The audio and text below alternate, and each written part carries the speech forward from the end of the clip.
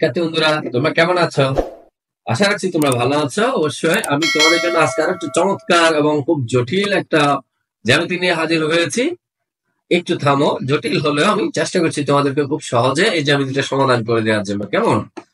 দেখো, যে ব্যবহারিক জ্যামিতি অনুশীলন 7.1 2 নম্বরের যে গণন প্রশ্নটা আছে, আমি ক খ নিয়ে আলোচনা করে আজকে গটা বলছি। এই প্রশ্নটা পারলে এই ধরনের যে প্রশ্নগুলো আসুক, আশা করি এই 3 ক্যাটাগরির প্রশ্নগুলো যখন তোমরা পারবা, এই অধ্যায় থেকে যে প্রশ্নটা হোক তোমরা অ্যান্সার করতে পারবা। কেমন?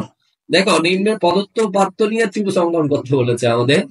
প্রশ্নটা কি? ভূমি সংলগ্ন কোণ দুইটি যথাক্রমে, ভূমি সংলগ্ন এখন দুইটা কোণে দেওয়া আছে শিক্ষার্থী বন্ধুরা। কেমন? একটা হচ্ছে 60 ডিগ্রি, একটা হচ্ছে 45 ডিগ্রি, এবং পরিসীমাটা দেওয়া আছে, ত্রিভুজটার পরিসীমাটা দিয়ে দেওয়া আছে 3টা বাহুর। কেমন? এখন 12 সেন্টিমিটার। এখন এই তথ্যের আলোকে আমাদেরকে কিন্তু ত্রিভুজটা অঙ্কন করতে হবে। কেমন? দেখো, এই যে শুরুতে বলেছে এটা একটা অনেকটা জটিল, আমরা চেষ্টা করবো খুবই সহজে এটা উপস্থাপন করার জন্য। কেমন? অবশ্যই অবশ্যই স্কিপ করে আমার ভিডিওটা কেউ দেখবা না, অবশ্যই সাথে আছো এবং প্রয়োজনীয় তথ্যগুলো নোট নিবা। কেমন? দেখো, গণন প্রশ্নের উত্তরে আমরা যখন যাচ্ছি, মনে করি কোন ত্রিভুজের ভূমি সংলগ্ন কোণ এক্স কোণ হচ্ছে 60 ডিগ্রি, ওয়াই কোণ হচ্ছে 45 ডিগ্রি, এবং পরিসীমা পি যে প্যারামিটার 12 সেন্টিমিটার দেওয়া আছে, ত্রিভুজটা আঁকতে হবে, সেটা আমরা বলে ফেললাম। এখন মূল জায়গায় আসে। আমরা দেখো, মূল জায়গাটা খুব ভালোভাবে খেয়াল করতে হবে শিক্ষার্থী বন্ধুরা। কেমন? আমি তোমাদেরকে এখানে বোঝানোর চেষ্টা করবো আসলে, যে 12 সেন্টিমিটার স্কেলের সাহায্যে তোমরা মেপে এই চাপটা নিয়ে নিবা। ঠিক আছে? যখন এই চাপটা নিবা, আমরা কাজ করলে জ্যামিতিতে কিন্তু সাথে সাথে কাজ করতে হয়। ঠিক আছে? বারবার মাপ দিলে কিন্তু তোমাদের পক্ষে খুব কঠিন হবে। তো আমাদের যেহেতু 60 ডিগ্রি বলেছে, আমি 60 ডিগ্রি কিভাবে নিতে হয় সেটা তোমাদেরকে শিখিয়েছিলাম। এখন দেখেন, এইটাকে আবার আমাদের সমাধিখণ্ডক বের করলে এটা 30 ডিগ্রি হবে, অর্থাৎ এক্স কোণের অর্ধেক আমরা এটা পেয়ে যাবো, সেটা তোমরা বের করে নেবা।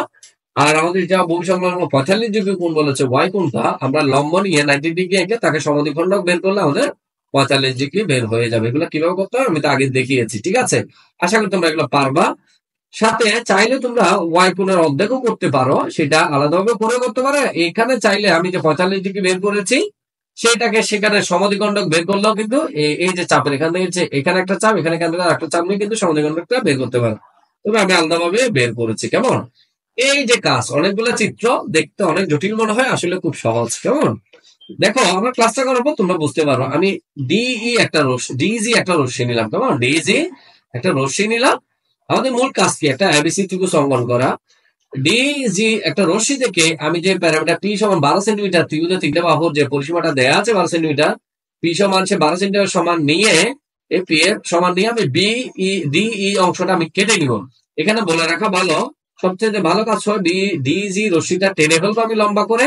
যখন আমি পি কে কেন্দ্র করে যে 12 সেন্টিমিটার নিয়ে একটা চাপ আঁকবো, তখন সাথে সাথে ডি কে কেন্দ্র করে এখানে 12 সেন্টিমিটার সমান করে এই অংশটা আমাকে কি করতে হবে? কেটে নিতে হবে। কেমন? তাহলে আমার কাজটা নির্ভুল হওয়ার সম্ভাবনা শতভাগ। ঠিক আছে? অবশ্যই পেন্সিল এবং কাটা কম্পাস, পেন্সিল কম্পাস এগুলো যেন তীক্ষ্ণ হয়। তারপর আমি যখন ডি অংশটা নিলাম, এখন ডি বিন্দুতে এই এক্স কোণের সমান করে, এই যে এখানে বলা আছে ডি ও ই বিন্দুতে যথাক্রমে এক্স এর হাফ কোণের অর্ধেকের সমান করে আমি ডি এফ অঙ্কন করব। অর্থাৎ এই যে পুরো এক্স হচ্ছে 60 ডিগ্রি, তার অর্ধেক মানে 30 ডিগ্রি, এখানে অর্ধেকের সমান করে যে এই সমান ব্যাসার্ধ নিয়ে আমি এখানে ডি এফ কোণটা অঙ্কন করে ফেলবো।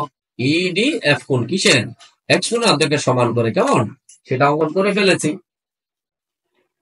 ঠিক আছে? এবং ই বিন্দুতে কেন্দ্র করে তোমার যে ওয়াই কোণের অর্ধেক এঁকেছি সেই কোণের সমান করে আমাদেরকে ডি ই কিউ কোণটাও কি করে ফেলতে হবে? অঙ্ক করে ফেলতে হবে। এটা তো 45, এটা তাহলে 22.5 সে অর্ধেকের মাপ। আমি যখন এখানে সাথে সাথে নিব শিক্ষার্থী বন্ধুরা, আমাকে সাথে যদি আমি এটা এঁকে ফেলতে পারি যে ডি ই কিউ, তাহলে আমার মাপটা কি হবে? নির্ভুল হওয়ার সম্ভাবনাটা বেড়ে যাবে। কেমন? এখন দেখো, ডি এফ রেখা এবং ই কিউ রেখা, দুইটা রেখা পরস্পর একটা বিন্দুতে মিলিত হয়েছে, যে ছেদ বিন্দু সেটা হচ্ছে এ। অর্থাৎ ডি এফ রেখা এবং ই কিউ রেখা পরস্পরকে এ বিন্দুতে কি করে? ছেদ করে। ঠিক আছে? এটা তোমরা বুঝতে পেরেছ। এখানে আমি এটা লিখে দিচ্ছি। এখন দেখো, ডি এর এ বিন্দুতে ডি এ বি কোণের সমান করে ডি এ বি ডি এর এ বিন্দুতে ডি এ বি, অর্থাৎ এই কোণের সমান করে আমাদেরকে কি আঁকতে হবে শিক্ষার্থী বন্ধুরা? ডিএবি কোণের সমান করে এ ডি ই আঁকতে হবে। এ ডি ই আঁকতে হবে। আমি আবার বলছি, ডি এ বিন্দুতে এই কোণটা সমান করে, ঠিক আছে, আমাদেরকে কি আঁকতে হবে? ডি ডি ই আঁকতে হবে। আবার ই এ বিন্দুতে আমাদের ই বিন্দুতে ই এর সমান করে ই সি, তার মানে এই কোণের সমান করে আমাদেরকে ইডি কোণ আঁকতে হবে, ইডি কোণ আঁকতে হবে। তখন আমরা এ বি বাহুকে বি বিন্দুতে, সি বাহুকে সি বিন্দুতে ছেদ করে সেটা বলতে পারবো। সেটা যদি আমরা এবং বলি বি রেখা এবং সি রেখাকে ডিই বাহুর উপর যখন আমি টানলাম, বি রেখাটা ডিই বাহুকে বি বিন্দুতে ছেদ করে, আর সি রেখাটা বি বাহুকে সি বিন্দুতে কি করে? ছেদ করে। তখন শিক্ষার্থী বন্ধুরা আমরা এ বি সি একটা উদ্দিষ্ট ত্রিভুজ আমরা কি হয়ে যাবো? পেয়ে যাবো। আশা করি তোমরা খুব চমৎকার ভাবে জ্যামিতিটা বুঝতে পেরেছো, ঠিক আছে? তো শিক্ষার্থী বন্ধু, তোমাদের মাথায় রাখতে হবে কিন্তু এখানে আমাদের যে জিনিসটা জটিলতা আছে সেটা হচ্ছে মাথায় রাখতে হবে যে 60 ডিগ্রির অর্ধেক 30 ডিগ্রি করে নিতে হবে আমাদের, আর যেটা আমরা এই 45 ডিগ্রি বলবো 45 ডিগ্রির অর্ধেকটা আমাদেরকে করে নিতে হবে। এবং যখন আমরা করবো সাথে সাথে যদি আমরা চিত্রগুলো অঙ্কন করে ফেলি তাহলে আমার কাজ করতে কি হবে? সুবিধা হবে। আশা করি তোমাদের জ্যামিতিটা জটিল লাগলেও করতে কিন্তু তেমন একটা সমস্যা হবে না। তবে অবশ্যই মাথায় রাখতে হবে পেন্সিল কম্পাস কাটা কম্পাস যেন তীক্ষ্ণ হয় এবং তোমরা যেন স্পষ্টভাবে যাতে স্মার্টলি আঁকতে পারো। জ্যামিতিগুলো আসলে খুব সহজ, আর সম্বাদের তো মাথায় রাখতে হবে চিত্রগুলো হচ্ছে খুবই ইম্পর্টেন্ট।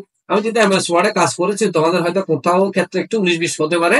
তোমরা পেন্সিল কম্পাস দিয়ে যদি খুব সুন্দরভাবে আঁকো, আমার কাছে মনে হয় তোমরা পারফেক্টলি আঁকতে পারো। অবশ্যই মাথায় রাখবা, আমার কথার সাথে মিলিয়ে কিন্তু আঁকবা, ঠিক আছে? আর যদি বেশি সমস্যা হয় তখন তোমরা তাহলে একটু স্লো মোশনে দিয়ে মনে হয় তোমরা খুব সহজে আঁকতে পারো। তো শিক্ষার্থী বন্ধুরা, আজ এই পর্যন্তই। এরকম জটিল জটিল জ্যামিতির সমাধান, যে কোনো গণিতের যে কোনো শাখার সমাধান পেতে তোমরা অবশ্যই আমার KMF ইউটিউব চ্যানেলটি সাবস্ক্রাইব করবে এবং বেল আইকনটি বাজিয়ে দাও। সাথে থাকার জন্য অবশ্যই তোমাদেরকে সকলকে আমি শুভেচ্ছা জানাচ্ছি। আজ এ পর্যন্তই। আল্লাহ হাফেজ।